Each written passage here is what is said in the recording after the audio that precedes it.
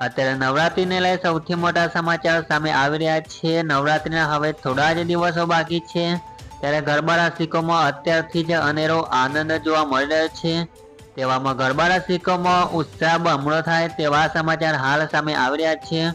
નવરાત્રીમાં ખેલૈયાઓ માટે ગૃહ રાજ્યમંત્રી હર્ષ સંઘવીએ એક મોટી જાહેરાત કરી છે। નવરાત્રીમાં કેટલા વાગ્યા સુધી ગરબા રમી શકાશે તે અંગે મોટો નિર્ણય લેવામાં આવ્યો છે।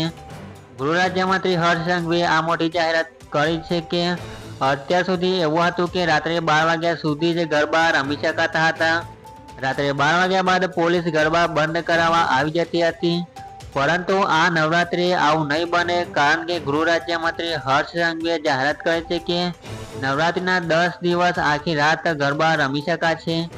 મુંબઈમાં આયોજિત એક ભારત શ્રેષ્ઠ ભારત કોન્ક્લેવમાં ઉપસ્થિત ગૃહ રાજ્યમંત્રી હર્ષ સંઘવીએ આ મોટું નિવેદન આપ્યું હતું।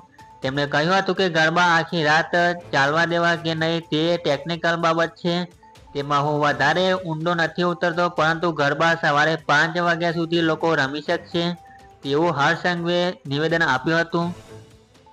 ગૃહ રાજ્યમંત્રી હર્ષ સંઘવીએ સૂચના આપી દીધી છે કે કોંગ્રેસને કોર્ટમાં જવું હતો જાય, આ વર્ષે પણ ગુજરાતમાં આખી રાત ગરબા થશે। જોકે રાત્રે 12 વાગ્યા પછી લાઉડ સ્પીકર વગાડવા મુદ્દે હર્ષ સંઘવીએ જણાવ્યું હતું કે કોઈને તકલીફ ન થાય તેનું ખાસ ધ્યાન રાખવામાં આવે। ત્યારે સરકારના આ નિર્ણયથી હવે મોડી રાત સુધી ગરબા રમી શકાશે। તો આ હતી અત્યારની અપડેટ। વધારે અપડેટ મેળવવા માટે અમારી આ ચેનલ પર જોડાયેલા રહો।